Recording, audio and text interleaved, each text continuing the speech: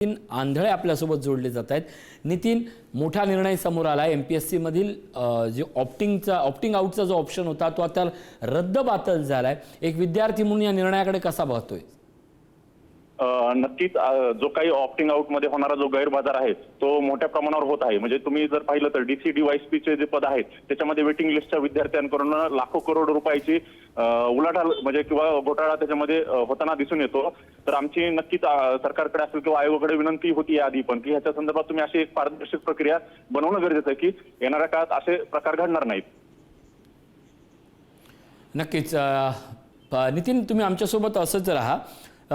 या क्षणाला तुम्ही स्क्रीनवर बघू शकता की कशा पद्धतीने हे नोटिफिकेशन आलंय।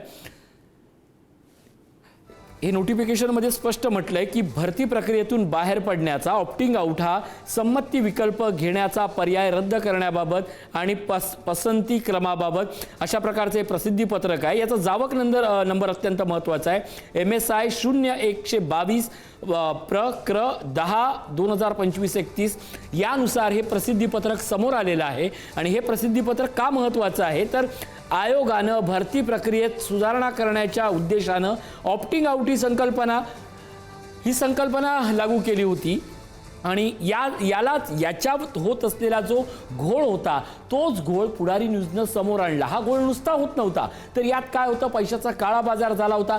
थेट विद्यार्थ्यांकडे 8 लाख 10-25 लाखापर्यंत ही मागणी होत होती। आणि याचे पुरावे समोर आले, ऑडिओ क्लिप समोर आले आहेत, व्हॉट्सअप चॅट समोर आले आहेत।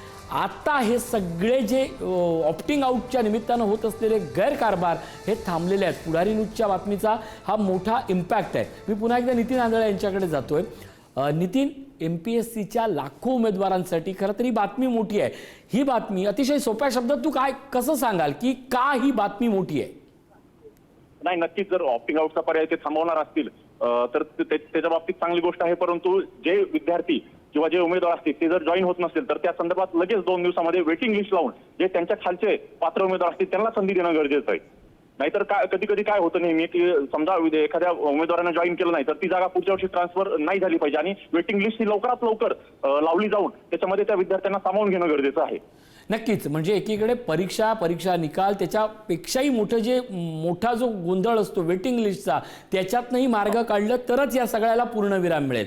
आपल्यासोबत आणखीन एक विद्यार्थी आहेत एमपीएससीचे, महेश बडे आपल्यासोबत जोडले जात आहेत। महेश, आत्ता सरकारचा मोठा निर्णय आहे, पुढारी न्यूजच्या बातमीचा मोठा इम्पॅक्ट आहे की भरती प्रक्रियेतून बाहेर पडण्याचा म्हणजे ऑप्टिंग आउट आणि संमती विकल्प घेण्याचा पर्याय रद्द करण्याबाबत याच्याबाबत एक नोटिफिकेशन आलंय, प्रसिद्धी पत्रक आलंय। तुमची पहिली प्रतिक्रिया काय आहे? सगळ्यात पहिल्यांदा पुढारीचं मी अभिनंदन या ठिकाणी पहिल्यांदा करतो। ऑप्टिंग आउटच्या संदर्भात मागील 3 ते 4 वर्षापासून हा जसा पर्याय आला तेव्हापासून उमेदवारांनी त्याचा गैरफायदा कसा होईल, स्वतःसाठी फायदा करून घेऊन विद्यार्थ्यांचं कसं नुकसान होईल यासाठी प्रयत्न केला। एमपीएससीने खूप चांगला निर्णय हा आणला होता विद्यार्थ्यांच्या भल्यासाठी की पद रिक्त राहू नयेत, म्हणजे जागा रिक्त राहू नयेत। पण ज्या पद्धतीने उमेदवारांनी एक पद असून सुद्धा दुसऱ्या पदासाठी पास व्हायचं आणि ते पोस्ट विकायची, अशा पद्धतीचं ते सगळं कुबाडकांड चालू होतं। आणि आपल्या चॅनलनी ते प्रसिद्ध केलं आणि एमपीएससीने त्याची तात्काळ दखल घेतली, याबद्दल मी एमपीएससीचं देखील या ठिकाणी अभिनंदन करतो। पण तत्वतः हा जो निर्णय जो आहे ऑप्टिंग आउट साठी पर्याय काहीतरी असावा, त्याला काहीतरी मार्ग आम्ही देखील एमपीएससीला सुचवले होते। कारण की याच्यामुळे पद रिक्त राहणार नाहीत आणि ज्या मुलांकडे इतर पोस्ट आहेत तर या खालच्या मुलांना संधी मिळेल। कारण की एक भरती प्रक्रियेची प्रोसेस किमान 1.5 ते 2 वर्ष चालते आणि उमेदवारांचं नुकसान होणार नाही। तर या संदर्भात देखील मी आपल्या चॅनलच्या माध्यमातून एमपीएससीला विनंती करेल की आपण याला थोडासा कठोर निर्णय घेतला, याबद्दल स्वागतच आहे। पण पद रिक्त राहू नयेत याच्यासाठी वेटिंग लिस्टच्या बाबतीत त्या ठिकाणी धोरण असताना सुद्धा त्याचं अंमलबजावणी जी होत नाही यासाठी काय करतील याचा देखील प्रयत्न व्हायला पाहिजे। नक्कीच, अगदी सोप्या शब्दात जर विचारायचं झालं तर महेश, हा मुद्दा असा आहे की उमेदवाराला मिळालेली पोस्ट सेवा न स्वीकारता पुढच्या पसंतीच्या पोस्टसाठी संधी ठेवणे तसा पाहिला गेला तर एका चांगलं होण्याचा पुढचं पाऊल दणकट होण्याचा हा निर्णय होता। पण यातही गैरमार्गाचा वापर झाला आणि म्हणून एका चांगल्या संधीचं वाईट गोष्टीकडे रूपांतर झालं असं वाटतं का? 100% उमेदवारांनीच उमेदवारांचं नुकसान केलेलं आहे याच्यामध्ये। याला उमेदवारच कारणीभूत आहेत. म्हणजे अक्षरशः जी मुलं वेटिंगला असतात तीच मुलं त्या पुढच्या उमेदवारांना फोन करतात आणि तू ऑप्टिंग आउट कर रे, म्हणजे एक प्रकारे अलर्ट केल्यासारखंच आहे. हे पुढचे जे मुलं आहेत यांच्याकडे एकाच वेळेस 3-3, 4-4 पोस्ट निघलेले असतात आणि मग ते सुद्धा चुकीचा वापर करून म्हणजे अक्षरशः कोडिंग लँग्वेज मध्ये बोलून या पद्धतीने ह्या गोष्टी करत होते आणि याच्यामुळे उमेदवारांचं नुकसान या ठिकाणी केलेलं आहे. अगदी.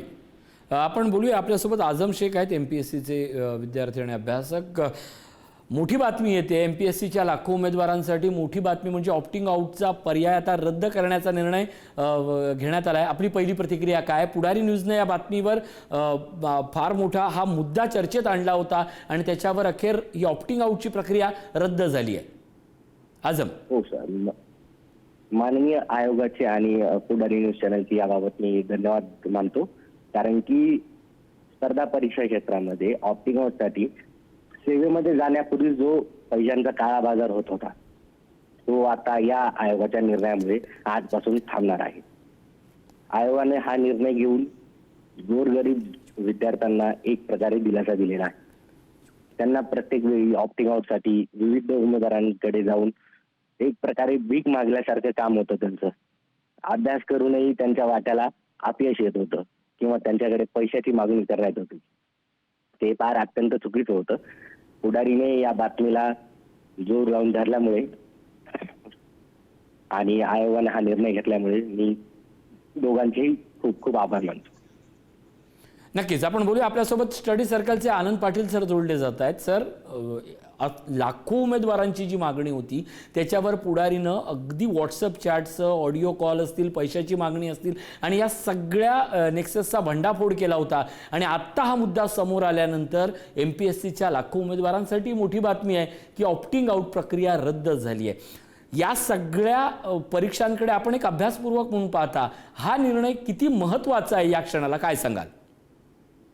काय माहित आहे, सध्या MPSCचा कारभार असं एकदम ज्याला आपण ॲडॉक पद्धतीने म्हणतो तसा चालतो.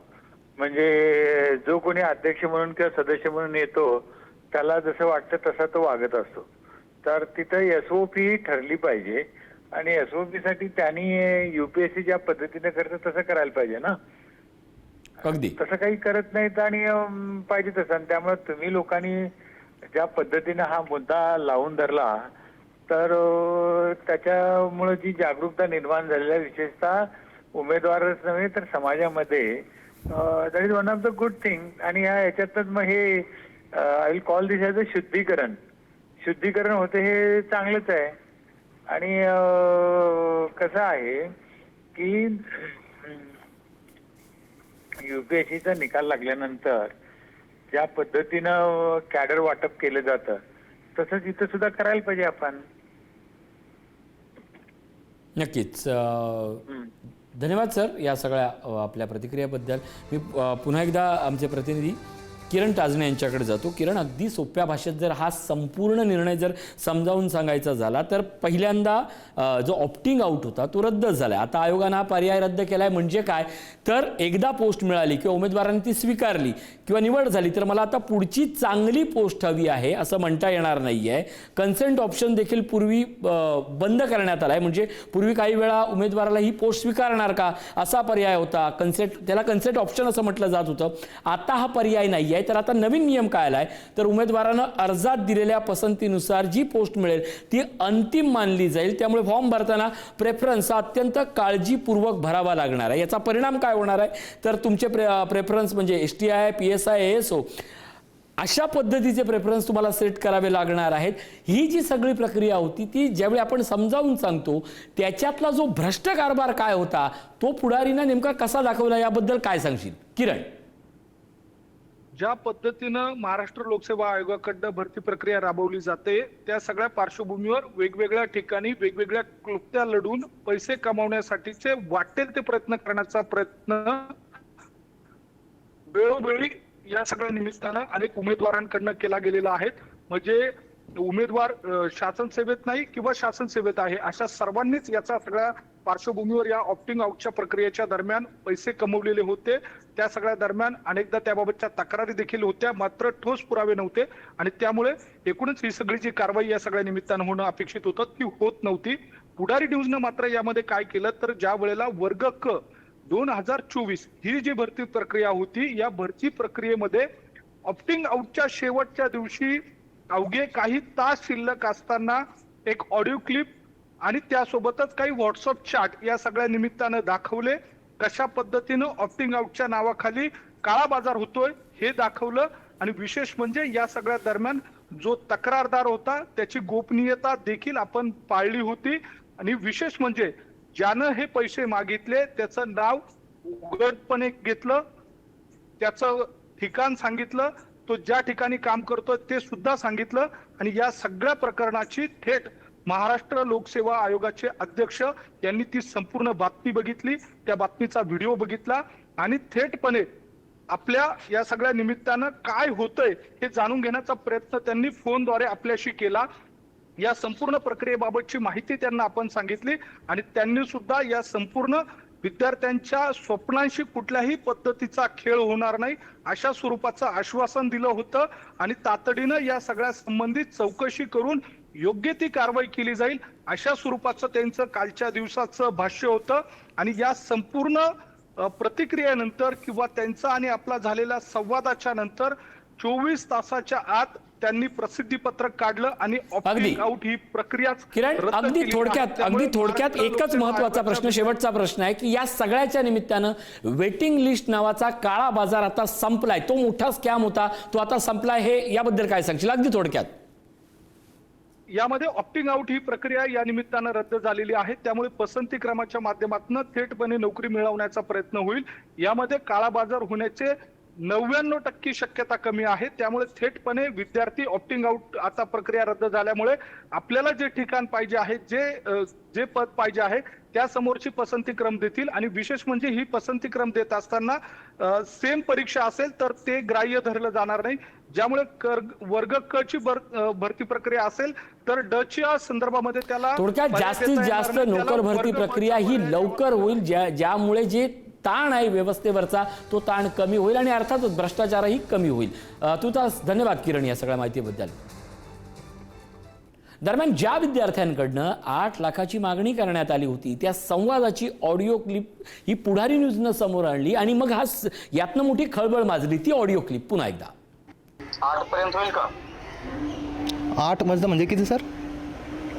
8,000 80,000 किती काय समजलं ना? हजारांमध्ये नोकरी भेटते का रे? हो सर, पण माझा अभ्यास वगैरे पण थोडंफार आहे ना, थोडी मी डायरेक्ट लागतोय नोकरीला. ठीक आहे, मग अभ्यास कर. मग तसं नाही सर, आता गरज तर आहे मला, तसं नाही बोलतोय मी. मला गरज आहे म्हणून तुला आता ते आपलं जोडून आलं म्हणून तुला हे करावं लागलं, नाही तर आपलं 7 तारखेला संपलं होतं. बरोबर ना सर? म्हणजे 8 लाख बोलताय ना तुम्ही? सर मग तुम्हाला वाटतं का असं एका दिवसात मी अरेंज करू शकतो? तर एवढं श्रीमंत असतो लागलो असतो का मी? मलाही माहिती आहे. हां मग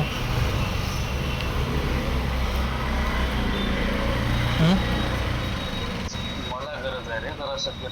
बरोबर आहे, पण सर एक दिवसात मी कसं अरेंज करू शकतो? तुम्ही स्वतः सांगा ना मला, म्हणजे काय करू मी?